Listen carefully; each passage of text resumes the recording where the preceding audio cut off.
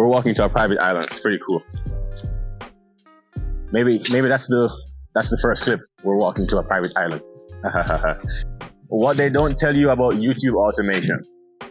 So the truth about YouTube automation, I tried it for a good amount of time and it was fun. But there's some things that they leave out the picture, which I'm going to tell you about. So the first thing that they leave out is that YouTube automation is not passive at all. That's the first thing. Oh, in case you don't know what YouTube automation is, YouTube automation is where you hire someone to create videos for you. You hire someone to make a voiceover for you. And then you hire someone to write text for you. And then you put all that together, upload the video to YouTube, and make lots of money. That's the sunset, by the way. I'm in Brazil. We're out here having a good time. Yes, Thiago. Hey, Thiago. There you go. Fantastic. Okay. So that's YouTube automation, right? So the first thing that they don't tell you about YouTube automation is that it's not passive. Now, it can be automated, but it is not passive. The first year, first 2 years, first 3 years takes a lot of time. And no one is going to care for your channel in those years more than YouTube. Now, if it takes 2 years, 1 year, 18 months to get YouTube automation off the ground, is that what you want to be doing for 18 months? Well, maybe. You could also put that time into learning how to trade, invest stocks. You could also build your own online store, but it does take time. It does not happen in 1 week, right? That's the first thing about YouTube automation. People are looking for get-rich-quick things, but it does not exist. But that doesn't mean that it cannot be automated.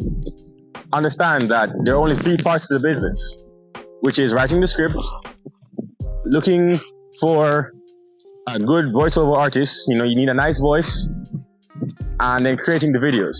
All of that can cost you less than $100 per video. If you automate it correctly, you get someone to edit the video, do the voice, and write the script. That's no problem, right? But then please understand that that's not the hardest part of YouTube automation.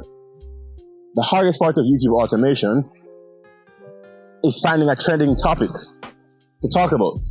Because you can do all of that, but if you are in a niche that no one wants to listen to, if you're in a niche that's not popular, if you're talking about a topic that's not trending, then you're just wasting time. And that's the hardest part. And that's not passive. That's not passive at all, right? I'm in Brazil, by the way. I'm not sure if you can see that. Second thing about YouTube automation is that, how's it looking? There's the island. Is the water back? Is it? I wonder if it's because we keep coming at nighttime. That actually could be a factor. Let me see. Because tide is higher at 6 o'clock. That could be. Maybe it's high tide. Okay, let me stop this video. The truth about YouTube automation.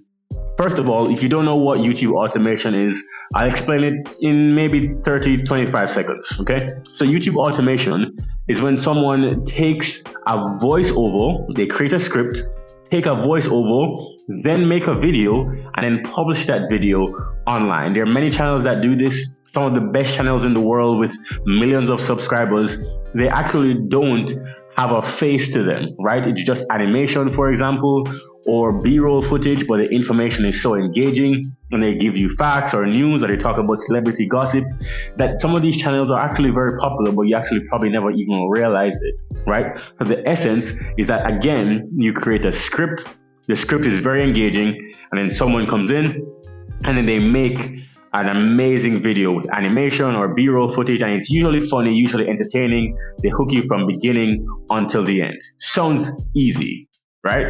Okay, cool. But here's the thing that many people don't realize about YouTube automation. There are many people who are starting YouTube automation courses, teaching people how to do this, but the idea that anyone can just create a script, anyone is just good at storytelling and can just go ahead and create an engaging YouTube video is just not true. And also, the way they make it seem is that it's passive. You can just go and find someone on Fiverr or Upwork and you can ask them to create a script for you that's going to hook somebody from beginning until end. That's also not true. The people who are successful in YouTube automation, they understand psychology to a really deep degree. They've been studying YouTube for years, right? There's information that they have in their studies that they don't even know that makes them successful, right? For example, the first 5 seconds, that's so important on YouTube. The thumbnail, that's so important. Yes, you can teach someone so many different things, but at the end of the day, that 10% that you don't even know, you can't teach those things, right? But again, you can't teach that in maybe 6 weeks that some of these people tend to purport, right? So that's the problem I have with the first problem I have with YouTube automation. When they're selling these courses that it's passive money, it's not, right? I personally tried YouTube automation. I grew one channel to thousands of subscribers and it was a good channel, but it took a lot of time. No, if I continue that business, could it have been more successful? Absolutely. Do I think it's a good business? Absolutely. My problem is when people try to say that YouTube automation is passive. YouTube automation is not passive. And there's a lot of information that people have on the internet that is just not available. Well, let me re-say that. There's a lot of information that people try to say is available on the internet that is just not applicable to YouTube automation, right? It's not as simple as it seems. So I'll go over, for example, Mr. Beast. You guys know Mr. Beast, you know who he is. Mr. Beast says that he makes perhaps 50 to 200 thumbnail versions for every single video that he puts out. That's thousands of dollars, tens of thousands of dollars. Now, he's the best in the world, right? So then when you're going to YouTube automation and you're learning from someone and they say create 3 to 5 thumbnails, do you think you're really going to be able to compete with those people? No, right? Now, of course, there are some niches that work better than others, right? If you are in the make money online space, if you're talking about money, if you're talking about technology, right? If you're talking about anything to do with money, then those things, if you can keep people engaged until the end, that's a very good thing. But most people can't do that because, well, money is inherently boring. So then they go over to, for example, talking about people or celebrity gossip or sports. Those niches don't make as much money as the make money online niches, right? And then the people who are in the make money online niches, they've had channels since 2015, 2017, 2019 for years. And they're telling you that you can do this in less than a year. It's just not that possible. No, if I were doing YouTube automation, what I would tell someone to do is that one, put a lot of money into creating the videos. Instead of doing 3 videos up front, spend like $500 per video. Now, would that $500 return immediately? Probably not. But that's kind of the ideal. That's what it takes to be successful on YouTube. Because YouTube is no longer just some little application, right, that, a few people are on. YouTube is sort of like a TV channel now. It's like a TV where people have different stations that they tune into.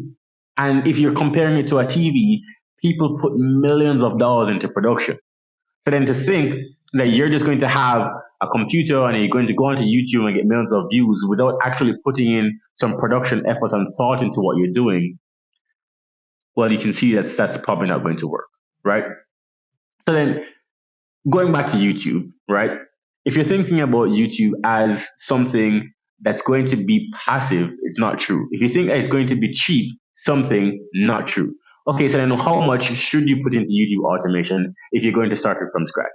Well, I would say if you're going to put in $500 into one video, you're probably going to have an amazing video, one that's automated. You're probably going to have one that's, not automated, one that's animated. You're going to have someone that has experience doing voiceovers. Then you're going to have an amazing script from someone who has written thousands of stories before. These things cost money. And if you're thinking, wow, I didn't think that it would be that expensive. Someone told me I could get it done for less than $100. Yes, but those people who get them done for $100 are training those people on knowledge that they already have. The people who are really good at writing scripts are expensive. The people who are really good at creating video are expensive because they get a lot of demand because they're really good. And if you're thinking, yes, it is expensive, yes, it is expensive. That's the point, which means that you shouldn't go in expecting that you can just invest $1,000 and then you can have a successful YouTube channel. No, you're either going to pay in hours or in money. So then if you have a high paying job and you're looking to put your investment into something, absolutely go for YouTube. Absolutely go for YouTube automation. That makes sense. But it's not something that's passive. You're going to have to learn or you're going to have to spend money to create something that's unique. Think of how many videos you scroll through on YouTube. Just scroll down the timeline on the homepage. Look at all the thumbnails that you're scrolling past. Do you know how hard it is to get someone's attention? The click-through rate, above average click-through rate on YouTube is 4%, 5%. If you're getting 10% click-through rate, that's amazing. New channels are getting maybe 1 to 2%. If you're getting above 2% as a new channel, you are doing something correctly. So then, if you're thinking that you can just go on and you can get people's eyeballs, or to 1,000 people who will look at your YouTube, you can get more than 2 or 3 people to look at it. I mean, out of 100, you can get more than 2 or 3 people to look at it. Well, kudos, right? Because you yourself don't look at all the videos that you see. So if you put yourself in the perspective of the viewer, it is hard. It is extremely hard. And here's another thing I don't like about YouTube automation. Another thing I don't like about YouTube automation is that when you're thinking about YouTube automation as, for example, cost benefit, right? So I think to be successful at YouTube automation, maybe it takes you 1 or 2 years, right? Opportunity cost. Let's talk about it from an economic perspective. It takes you maybe 1 or 2 years to be really good at YouTube automation.